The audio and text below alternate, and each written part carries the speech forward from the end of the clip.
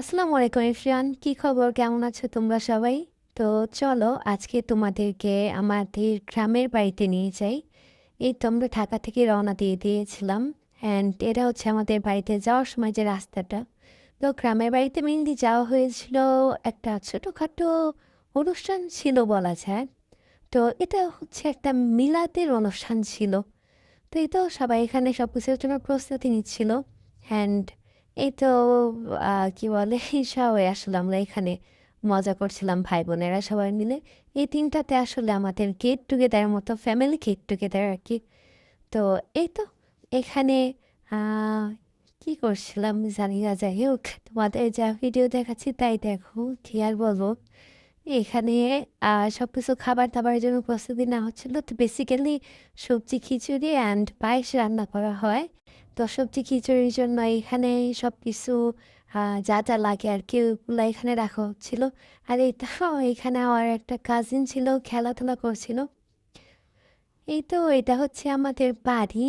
তো বাড়ির পাশে আমাদের যে ফসলি মাঠটা ওইটা আছে। তো তোমাদের চলো দেখাই। আসলে আমি না মনে হয় কথার মধ্যে খালি তো এটা বেশি বলি, তাই না? এটা আসলে সবাই বলে, যাই হোক তোমরা একটু অ্যাডজাস্ট করে নিও। হ্যাঁ, তো এখানে আমি দেখাচ্ছিলাম যে এখানে কি কি আছে। তো প্রথম তাদের ছিল পায়েস।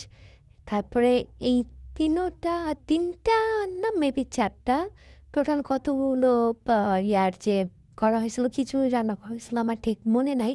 তো এখানে ওনারা মজা করছিল, একটাতে গরু, একটাতে খাসি আর একটাতে হরিণ।